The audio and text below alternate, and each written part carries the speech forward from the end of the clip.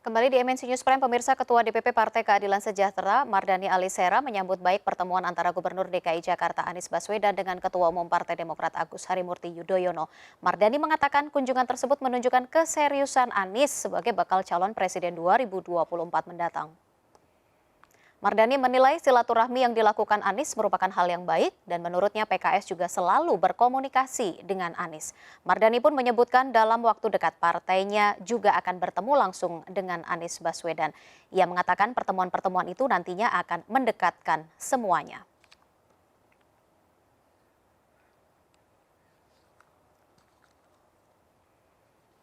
Kita lanjutkan kembali pemirsa perbincangan kita pada malam hari ini dengan 4 orang narasumber kami. Ada Bang Ahmad Effendi Khoiri atau Gus Coy, kemudian ada Mas Adi Prayitno, Bang Gilbert dan juga Bang Kamhar. Saya kembali ke Gus Coy. Gus Coy, kalau Anda melihatnya seperti apa? Anies ini adalah salah satu tokoh yang memang dipersepsikan publik begitu ya, berasal dari kubu oposisi yang secara langsung pastinya ini akan melawan arus internal dari pemerintah. Adakah ini sebagai sebuah ancaman sebenarnya posisi Nasdem di pemerintahan?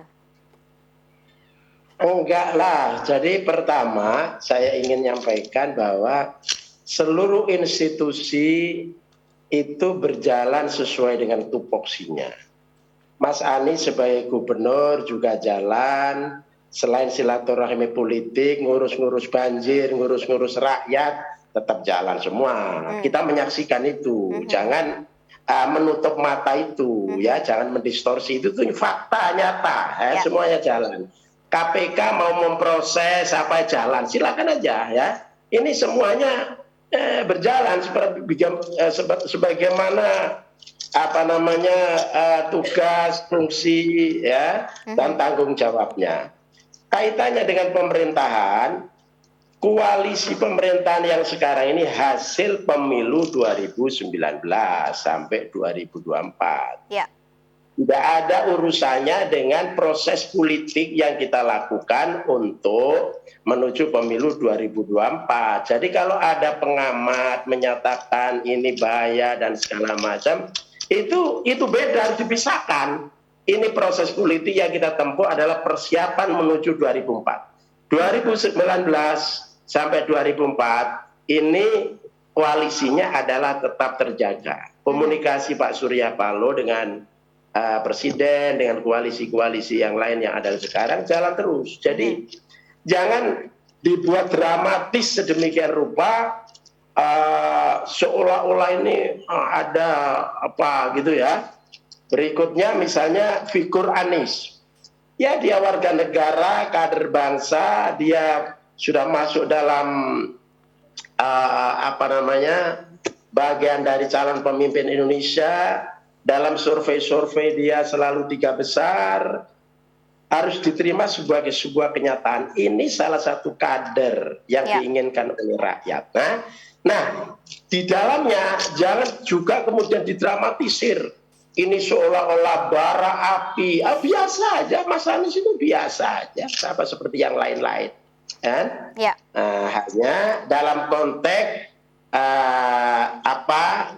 survei masuk, selalu masuk, begitu kan? Nah, kemudian Nasdem, Demokrat, PKS menangkap ini. Ini kok ada aspirasi rakyat yang penting yang harus ditampilkan, harus diperjuangkan. Nah, ini sesuatu yang logis, wajar, normal, semuanya normal, tidak ada yang aneh. Baik, walaupun karena itu dari arah ke depan, mari kita berpikir positif. Ya. Tidak selalu mencari kelemahan, tidak selalu mencari yang enggak, tapi yang positif kita angkat. Baik. Kita ingin juga di koalisi 3 partai ini ketika merespon kompetitor kita, juga kita harapkan positif. Capek rakyat ini diajak berpikir negatif terus, ya. Capek rakyat ini didestruksi pemimpin-pemimpinnya berpikir destruktif terus. Kita positif. Sebarkan nilai-nilai positif untuk kepentingan bangsa. Baik, Bang Gilbert, Anda membacanya seperti apa? Ini jangan lagi dilihat ke belakang, tapi Pak Anies tetap sebagai gubernur menjalankan tugasnya, begitu kalau tadi yang disampaikan oleh Gus Coy. Tentu Anda juga melihat itu. Kita setuju kalau kemudian Bung Anies itu melakukan tugasnya dengan baik. Kita setuju, tidak ada yang masalah di situ dan justru itu yang selalu kita kritik. Datanglah ke rapat DPRD, ini kan tidak pernah datang. Bagaimana kemudian Gus Coy mengatakan dikerjakan dengan baik. Kemudian pertanggungjawaban Formula E sampai sekarang juga tidak ada laporan, ya. Hasil auditnya juga tidak ada. Lalu kalau dikatakan dikerjakan dengan baik, ya Gus Coy tegur dong tuh. Suruh kasih laporan auditnya, jangan cuma sekedar begini saja narasi-narasi. Lalu kemudian kalau dikatakan bahwa kita melihat ke depan, sangat setuju. Justru karena kita melihat ke depan, makanya kita melihat, kalau istilah Gus Coy tadi jangan lagi ada yang destruktif siapa? Kan dalam riwayatnya kan ada track recordnya siapa yang destruktif. Ini kan Pilkada DKI yang menjadi semacam sejarah yang tidak bisa kita lupakan. Makanya kemudian kita mengatakan yang destruktif siapa? Ini harus dicatat baik-baik, jangan kemudian seakan-akan itu dilupakan. Karena ternyata itu kan membuat bangsa ini kan terbelah. Kemudian kita melihat ada dua kubu sana, kubu sini. Saya kira jangan kemudian dikembalikan ke kita, tetapi kalau memilih seseorang menjadi calon, ya ingatkanlah kerjanya yang benar gitu. Track record-nya kan ada. Apa yang terjadi dengan halte yang menutupi Tugu Selamat Datang yang di Bundaran HI? Apakah kemudian dikatakan itu kemudian diperbaiki? Malah dikatakan teruskan, nggak masalah. Baik. Udah jelas-jelas itu menutupi dan mengganggu sekali buat situs yang kemudian kita hargai sebagai lambang negara. Baik. Saya kira yang memilih juga harus mengingatkan juga, Anda kan mau calon kami, Anda kerja dong, biar Anda menang. Tapi tidakkah Anda melihat bahwa saat ini juga Gubernur Anies telah bekerja mengunjungi korban dari kemarin kejadian tembok roboh, kemudian juga mengatasi banjir. Tidakkah itu juga menjadi sebuah pekerjaan yang sudah dilakukan sebenarnya oleh seorang gubernur, Bang Gilbert? Anda melihat itu? Sekarang saya tanya sama Anda, itu kan kasuistik. Apa yang masalah selama ini di Jakarta? Apakah Anda berpikir dengan rumah, dengan gaji UMR di Jakarta dan penduduk yang begitu banyak, apakah Anda pikir mereka itu mampu mempunyai rumah di Jakarta? Kita juga mungkin dengan gaji 20 juta ke bawah tidak bisa punya rumah. Apa yang harus dilakukan? Pemerintah mesti turun tangan membangun rumah yang layak huni, disewa 80.000 per bulan. Ini apa yang terjadi? Kan tidak ada rumah DP 0 rupiah yang dijanjikan. Kemudian bagaimana dengan banjir? Nyatanya kan apa yang dijanjikan bahwa tidak ada boleh lagi ada korban jiwa, nyatanya ada korban jiwa. Bahwa kemudian kemarin banjir, dia mengatakan it is not even 1%, artinya ada di bawah 1%.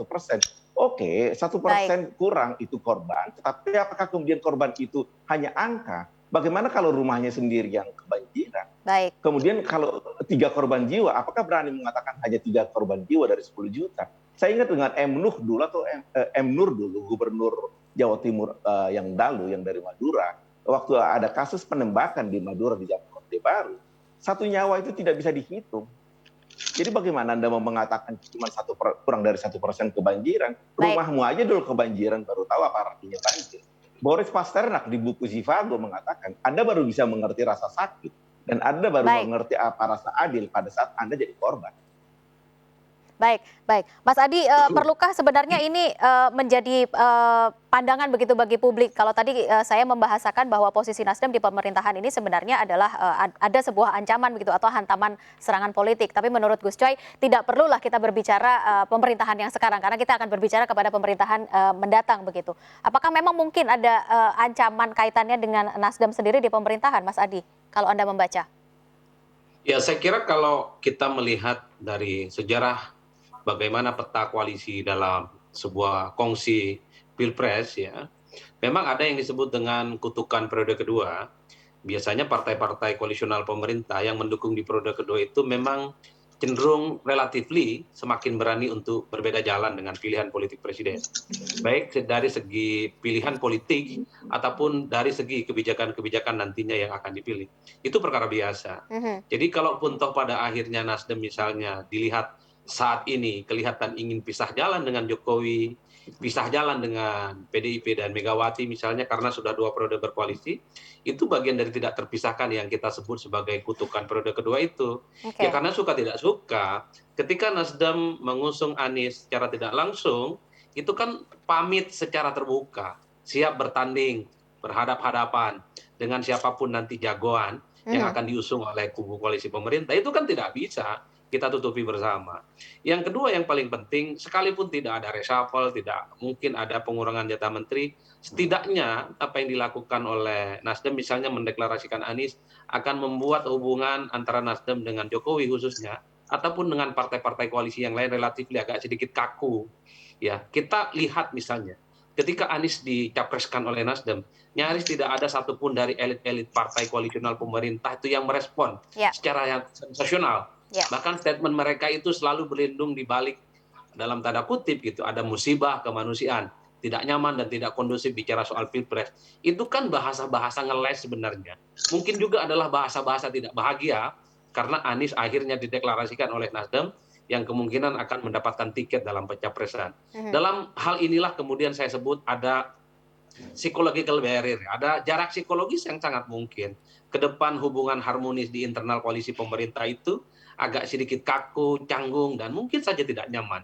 Ini hal alamiah dalam politik bagi saya. Jadi bagi saya ini akan turut mendinamisasi bagaimana potret politik ke depan. Tapi Rizka, everything can happen ke depan, ini hanya permulaan. Karena baru permulaan begitu ramai, ya begitu antusias disambut oleh publik, rasa-rasanya 2024 itu seakan-akan tinggal 2 bulan lagi. Baik, begitu kaku, kemudian ada jarak psikologis yang mungkin akan terjadi kalau pandangan dari Mas Adi sendiri. Gus Coy, benar begitu atau seperti apa sebenarnya tanggapan dari koalisi pemerintah melihat Nasdem sudah mengumumkan sebenarnya bakal calon presidennya? Ya, saya kira biasa-biasa aja, nggak usah didramatisir. Dan juga nggak usah disebut sebagai kutukan. Bagaimana kutukan sih? Ini sebuah proses politik yang logis, yang wajar. Jangan juga menggunakan istilah yang itu kemudian menjadi negatif gitu ya. Mas Gilbert atau Bung Gilbert, memang Anies tidak sempurna, ada kelemahan. Ya. Ada kelemahan, semuanya ada kelemahan. Jokowi ada kelemahan. Tapi kita ngangkat selalu yang positif. Ya. Nanti akan dilanjutkan oleh pemimpin berikutnya. Siapapun yang jadi di DKI, pengganti Anies harus melanjutkan yang baik-baik. Anies nanti kalau jadi juga melanjutkan yang baik-baik. Dan semuanya harus dianggap sesuatu yang wajar. Ya. Tidak usah didramatisir yang buruk-buruk. Kita sudah capek, rakyat capek. Ayo kita debat di forum seperti ini tuh, ngambil yang positif, kelebihannya kita angkat. Mungkin kita jengkel karena tidak menjadi barisannya, tapi kita tahan, kita angkat, kita senyum ya. Jangan inilah sudah saatnya. Jadi perdebatan negatif yang pernah kita lalui, yang sampai hari ini terus heboh begitu, ayo kita ubah. Baik, Gus Coy, adakah kemungkinan Pak Anies mengembangkan energi positif untuk kepentingan bangsa dan negara? Baik, Gus Coy, adakah kemungkinan Pak Anies akan bergabung ke Nasdem? Siapa? Adakah kemungkinan Pak Anies ini akan bergabung ke Nasdem sebagai seorang kader? Ya, jadi terserah Mas Anies. Kita tidak ngajak untuk gabung menjadi anggota partai. Kita juga tidak mendorong dia untuk menjadi anggota partai lain. Kalau dia mau netral, kita persilakan untuk tetap independen, untuk tetap tidak anggota partai apapun. Itu bagi Nasdem nggak ada masalah. Baik. Saya ke Bang Kamhar. Yang penting kelebihan dia, leadership dia, wawasan dia, kualitas dia, itu semuanya dipersembahkan untuk kepentingan bangsa ke depan. Baik, Bang Kamhar, kalau Anda menanggapi ini sungguh sangat kontroversi. Kalau Gus Coy mengatakan tidak perlu ada kontroversi, tapi mau tidak mau nama seorang Anies Baswedan pasti akan memunculkan sebuah kontroversi. Ya, kita sadar bahwa pasti ada. Cuma kita ajak semuanya normal-normal aja. Baik. Nanti kalau ada calon presiden lain, kita akan juga nanggapi normal aja. Normal. Jadi kita baik-baik aja. Negara ini kita ajak baik-baik aja. Baik. Gus Coy, saya berikan kesempatan kepada Bang Kamhar untuk menanggapi. Terima kasih. Jadi mari kita lihat bahwa proses politik yang sedang saat ini berjalan dan terbangun ini sebagai sebuah proses politik alami ya. dalam rangka membangun komunikasi politik sebagai ikhtiar untuk membangun kerjasama atau koalisi, termasuk juga untuk bagaimana bertukar pikiran untuk Indonesia yang lebih maju, lebih baik ke depan. Dan tadi pada kesempatan konferensi pers antara Mas Anies dan Mas Ketum AHY juga, Mas Ketum AHY menyampaikan belasungkawa kepada masyarakat yang ditimpa bencana, termasuk yang kedukaan, dan juga beliau mengapresiasi bahwa Mas Anies sampai tadi malam pun juga masih turun ke lapangan terus memonitor perkembangan dan meninjau titik-titik banjir. Artinya bahwa proses politik yang dijalani saat ini juga tidak mengganggu kinerja beliau sebagai gubernur. Dan kita juga mengajak kepada seluruh elemen bangsa ya untuk menghindari post-trust politik atau politik yang diwarnai dengan fitnah, dengan hoax dan sebagainya. Mari kita bangun politik yang sehat, politik yang rasional, kontestasi ide, gagasan dan sebagainya. Rekam jejak dari masing-masing figur tentu akan menjadi ukuran. Bagi kami Partai Demokrat pada Rapimnas yang lalu juga sudah ditegaskan oleh Mas Ketum AHY apa yang menjadi indikator-indikator atau ukuran-ukuran untuk calon pemimpin yang akan membangun kerjasama politik dan Partai Demokrat disyaratkan untuk tentu pemimpin yang punya integritas, kapasitas, elektabilitas, rekam jejak yang tentunya sangat membanggakan, dan juga ada chemistry ke depannya antara calon pemimpin ke depan baik capres dan cawapres, sehingga terbentuk Dwitunggal antara calon presiden dan calon wakil presiden yang saling mengisi satu dengan yang lainnya. Tentu juga dari sisi elektabilitas kita berharap capres dan cawapres bisa saling memberikan kontribusi elektoral untuk mewujudkan ide perbaikan dan perubahan menjadi kenyataan di pemerintahan mendatang. Baik, Bang Kamhar, jika memang koalisi ini nantinya akan terjadi antara Partai Nasdem, Demokrat, kemudian juga mungkin bagi PKS, artinya apakah memang Demokrat sendiri sudah rela jika memang nanti akan kebagian jatah cawapres?